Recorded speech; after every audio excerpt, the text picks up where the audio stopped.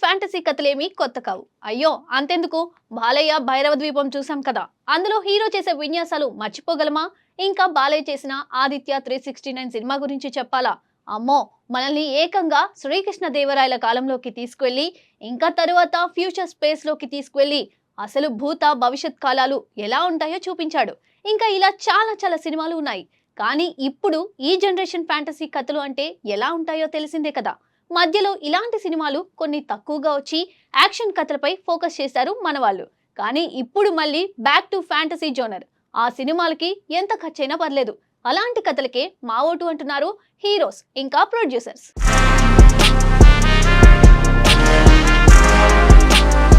అప్పట్లో అలాంటి సినిమాలు తీయడం అంటే చాలా పెద్ద సాహసం. కారణం ఏమిటంటే ఆ కాలంలో విజువల్ ఎఫెక్ట్స్ సాంకేతికత అంతగా అభివృద్ధి చెందలేదు.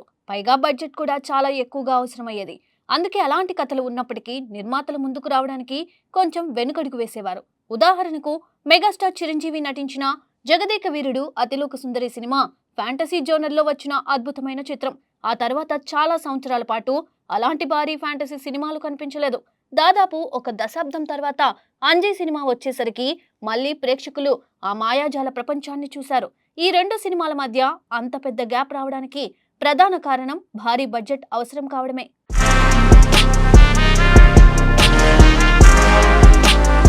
అలాగే బాలకృష్ణ నటించిన ఆదిత్య 369 సినిమా కూడా తన కాలానికి ముందున్న ఫ్యాంటసీ సైన్స్ ఫిక్షన్ కలయికగా నిలిచింది.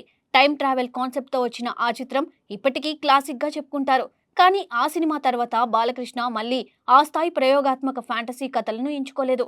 ఆ కాలంలో ఇలాంటి సినిమాలు తీయడానికి సాంకేతిక పరంగా కూడా చాలా కష్టాలు ఉండేవి. అందుకే దర్శకులు నిర్మాతలు చాలా జాగ్రత్తగా అడుగులు వేసేవారు. కానీ ఇప్పుడు పరిస్థితి పూర్తిగా మారిపోయింది. టెక్నాలజీ అభివృద్ధి చెందడంతో పాటు ప్రపంచ స్థాయి విజువల్ ఎఫెక్ట్స్ టాలీవుడ్ లో కూడా అందుబాటులోకి వచ్చాయి. అందుకే ఈ తరం హీరోలు ఫ్యాంటసీ జోనర్ వైపు ఎక్కువగా అడుగులు వేస్తున్నారు. ఈ మధ్య కాలంలో అలాంటి భారీ ప్రాజెక్టుల సంఖ్య గణనీయంగా పెరిగింది. ప్రస్తుతం టాలీవుడ్ లో తెరకెక్కుతున్న కొన్ని సినిమాలు చూస్తే ఈ జోనర్ ఎంత పెద్ద స్థాయిలో విస్తరిస్తుందో అర్థమవుతుంది.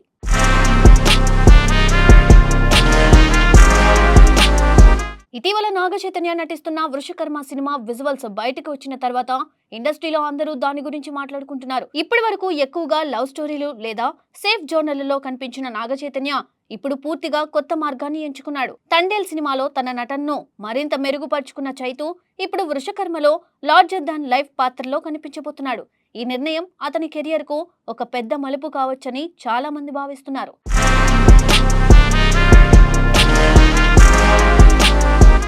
ఇక హీరో నిఖిల్ కూడా ఫ్యాంటసీ మరియు మిస్టరీ జోనర్లో మంచి గుర్తింపు తెచ్చుకున్నాడు. గతంలో కార్తికేయ 2తో దేశవ్యాప్తంగా మంచి విజయాన్ని అందుకున్నాడు. ఇప్పుడు అదే స్థాయిని మించి భారీ విజువల్ గ్రాండియర్ తో స్వయంభూ సినిమాను ప్రేక్షకుల ముందుకు తీసుకురాబోతున్నాడు.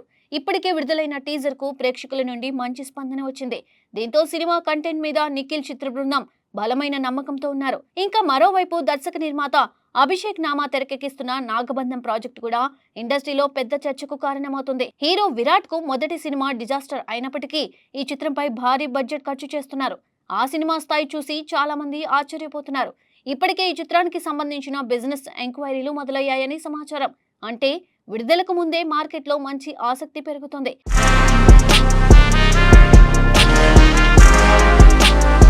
మెగాస్టార్ చిరంజీవి నటిస్తున్న విశ్వంబర సినిమా కూడా ఫ్యాంటసీ జోనర్లోనే వస్తుంది. ఈ సినిమా కోసం చిత్ర బృందం చాలా కష్టపడుతుంది. ముఖ్యంగా విజువల్ ఎఫెక్ట్స్ పై ఏడాది కంటే ఎక్కువ సమయం ఖర్చు చేశారు. సినిమా అవుట్పుట్ పూర్తిగా సంతృప్తికరంగా వచ్చాకే విడుదల తేదీ ప్రకటిస్తామని నిర్మాతలు చెబుతున్నట్లు వినిపిస్తుంది. అంటే ఈ సినిమాను అత్యున్నత ప్రమాణాలతో రూపొందించాలనే ప్రయత్నం జరుగుతుంది.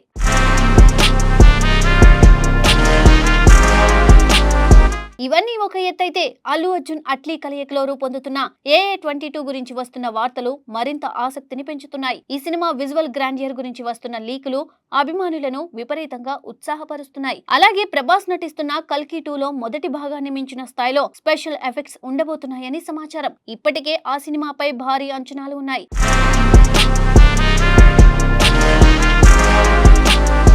ఇక దర్శక ధీరుడు రాజమౌళి మహేష్ బాబు కాంబినేషన్ లో తెరకెక్కుతున్న వారణాసి ప్రాజెక్టు గురించి ప్రపంచవ్యాప్తంగా ఆసక్తి నెలకొంది. ఈ సినిమా బడ్జెట్ దాదాపు 1000 కోట్ల రూపాయల వరకు ఉంటుందని చెబుతున్నారు.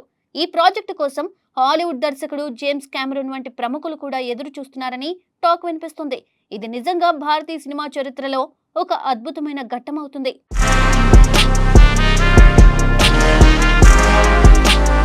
ఇవే కాకుండా రిషబ్ శెట్టితో దర్శకుడు ప్రశాంత్ వర్మ తెరకెక్కిస్తున్న జై హనుమాన్ కూడా ఫ్యాంటసీ జోనర్లోనే వస్తుంది. అలాగే త్రివిక్రమ్ శ్రీనివాస్ తన తదుపరి ప్రాజెక్టుగా ప్లాన్ చేస్తున్న గాడ్ ఆఫ్ వార్ కూడా ఇదే తరహా భారీ కథగా ఉండబోతుందని వార్తలు వస్తున్నాయి. ఇంకా కొన్ని ప్రాజెక్టులు ప్రస్తుతం ప్రతిపాదన దశలో ఉన్నాయి. అవి కూడా ప్రొడక్షన్ దశలోకి వెళ్తే ఈ లిస్ట్ మరింత పెద్దదిగా మారే అవకాశం ఉంది. ఈ సినిమాలన్నింటినీ బడ్జెట్లను కలిపి చూస్తే సుమారు 4 నుంచి 5,000 కోట్ల రూపాయల వరకు పెట్టుబడి అవుతుందని అంచనా వేస్తున్నారు. థియేటర్, నాన్ థియేటర్ బిజినెస్ కలిపి చూస్తే ఈ మొత్తం దాదాపు రెట్టింపు అయ్యే అవకాశం ఉంది. బాలీవుడ్ లేదా కోలీవుడ్ లో కూడా ఇంత పెద్ద స్థాయిలో ఫ్యాంటసీ సినిమాలు ఒకేసారి తెరకెక్కడం ప్రస్తుతం కనిపించడం లేదు.